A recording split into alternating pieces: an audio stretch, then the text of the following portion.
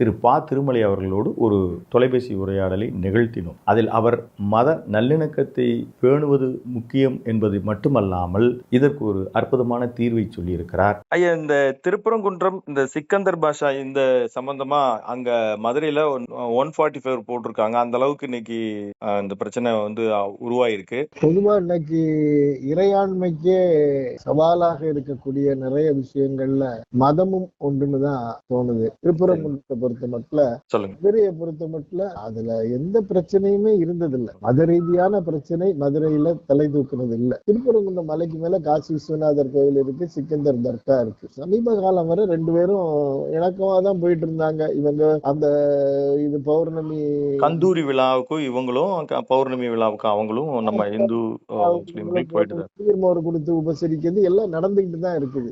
ஒரு பிரச்சனையை எப்படி பார்க்கலாம்னா, நீங்கள் ஆரம்பத்தில் அதை கிள்ளி எறியணும். இல்ல இதுக்கு ஒரு குழு போடணும். குழு போட்டு அதை டிரான்ஸ்பரண்டா பேசிடணும். இன்னைக்கு பெரிய பொருளாதாரம் உள்ள கோவில் அது. இந்த பிரச்சனை வருதுனால என்னன்னா உள்ளூர் பொருளாதாரம் கட்டாயம் பாதிக்கும். இந்த பிரச்சனை எழுந்த உடனே என்ன செய்திருக்கணும், மாவட்ட நிர்வாகமோ காவல்துறையோ ரெண்டு தரப்பினரையும் கூப்பிட்டு வச்சு வெளிப்படையான பேச்சு, மக்கள் கருத்து கூறலாம். ஆனா திருப்பரங்குன்றம் மக்கள் மட்டும்தான் இருக்கணும்.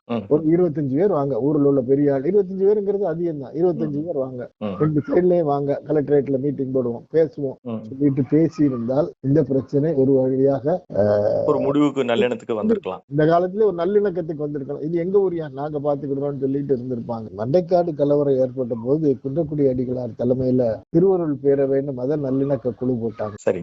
அதுல குன்றக்குடி அடிகளார் இருந்தாரு, பேராயர் ஆரோக்கியசாமி ஆண்டகைன்னு இருந்தாங்க, இஸ்லாமிய பிரதிநிதி ஒருத்தர் இருந்தாரு. இவங்க போய் எல்லா இடமும் போய் இந்த நல்லிணக்கத்தை ஏற்படுத்தி அதே மாதிரியான குழுக்கள் ஒவ்வொரு கோவில் நகரங்கள்லயும் இருக்கணும்.